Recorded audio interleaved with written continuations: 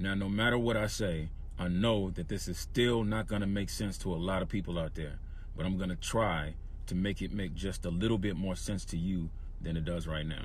When black people see another black person get unjustly murdered by a police officer or someone that believes they have the right to do the policing, whether it's Sandra Bland, Ahmaud Arbery, or George Floyd, we see a reflection of ourselves in the person that was murdered. Every time that happens, it's like a knife that hits us right in the heart. It connects with us because we could have been that person. We see our family members when we look at that person that was killed for what seems like no reason. Every time that knife gets pushed into our heart, it forces us to want to take an action and stop it because it hurts. But the worst part about it is the person that got murdered does not get the chance to breathe again, and that person is us. Even though we're still here in the physical, every time we see that, a part of us is dying over and over and over again. One of the reasons why this doesn't connect for you the same way it does for us is because when you see that person, you don't see a reflection of yourself. You don't see the same value that we see, and you don't see something that you can relate to like we see. So it just doesn't hit you in the heart the same way it hits us. And for a lot of people, it doesn't hit them in the heart at all. We all know that there are some people out there that are racist that don't care about the value of black lives. And you're thinking to yourself, that's not me. You know what? You're probably right. You know you're not racist. And you probably would take offense to anyone even remotely implying that you don't care about the life of George Floyd, that you don't care about the life of black people. You think it's wrong. You think it's terrible. But in the end, you still don't see yourself. And one of the reasons why it keeps getting swept under the rug over and over again is because even though you feel a sense of hurt when you see that happen, when you go out into the world and live your life, you don't have to fear that happening to you. You can go on with your life. You don't get that PTSD that we get every time something like this happens. Yeah, you feel a sense of hurt, but after a short amount of time, it dissipates, it gets swept under the rug, and then you go back to living your life. If it happens again, the pain comes back, but it disappears again. Once that pain that has been inflicted on us for years starts turning into something other than a peaceful protest, which I believe is a call for help, it starts to turn to anger that gets channeled towards businesses. Now it hits you in the heart. It's natural for you to be confused about this. Why should that business or that person that has nothing to do with this be affected by this? Why can't you do it over there? Why can't you do it in this way? That's what you're thinking to yourself. Now, I'm not going to act like I have all the answers because I don't. But one thing I notice is that when that business gets affected, it hits you right there in the heart. You see a reflection of your business, your friend's business, your bank, and your grocery store. And you know what's even worse than that? When you start feeling like maybe all of this chaos will start coming to your neighborhood. And all those things, the whole cornucopia of feelings makes you want to take action. There are a lot of systemic, environmental, and socioeconomic factors that go into the reasons why people might do things the way you don't think they should do it. I'm not going to get into that right now.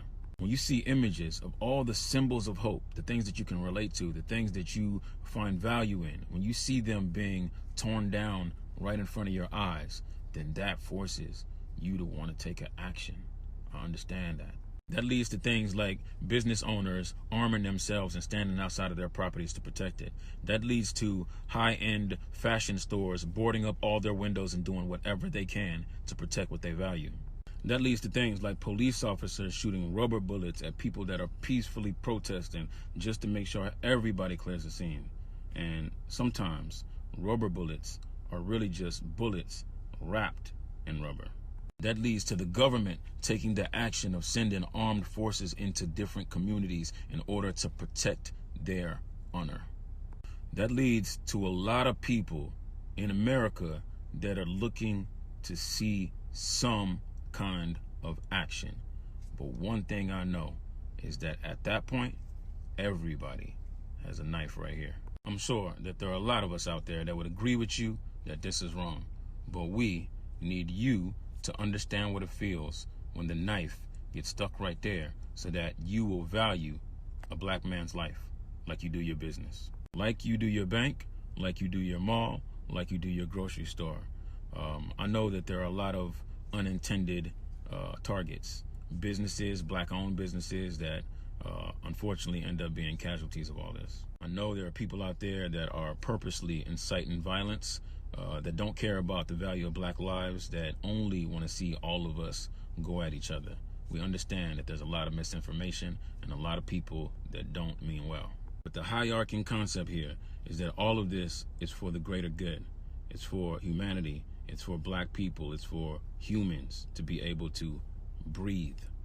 There are companies out there that have self-driving cars, and they put these self-driving cars on the road knowing that there will be some casualties, but as a country, we're okay with it because it's for the greater good. As a country, we put people in a rocket and send it to the moon or to the space station, and we know that sometimes there will be casualties, but ultimately, it's for the greater good. We don't want anybody to die. We don't want anybody to lose their life. We don't want anybody to not be able to breathe. But we also don't want to lose sight of the greater good. So action is what black people want. And now we're reaching a point in our society where black people are not going to accept anything less than action from here on out. The empty displays of support, the virtual kneels, the I'm giving you my thoughts and prayers, that's not going to do it. The people want action. And the first actions were arrests for police officers that murdered an unarmed black person. Of course, this isn't going to fix all of our problems, and we all know that that knife is still right there. But we need to start seeing steps in the right direction. Arrests, convictions, and black people need to stop getting killed by police officers. We need you to care.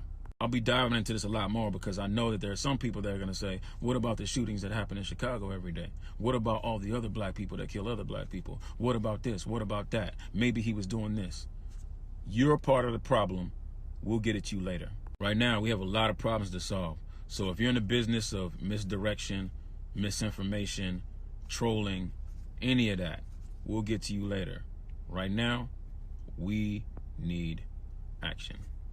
And to all the people that are allies that watch this all the way to the end, and you're wondering what you can do to help, the first thing you need to do is listen. That's number one. The second thing you can do is try your best to empathize. Try your best to empathize. There are a lot of other things you can do, but one thing that you can do is take an action. Take an action and do something to support the black community in some kind of way. It could be donating. It could be lending your time. Do it. Now, that's been my TED Talk for today, and I will be back with some more because we got a lot to talk about. But let's all go back to being active and staying active.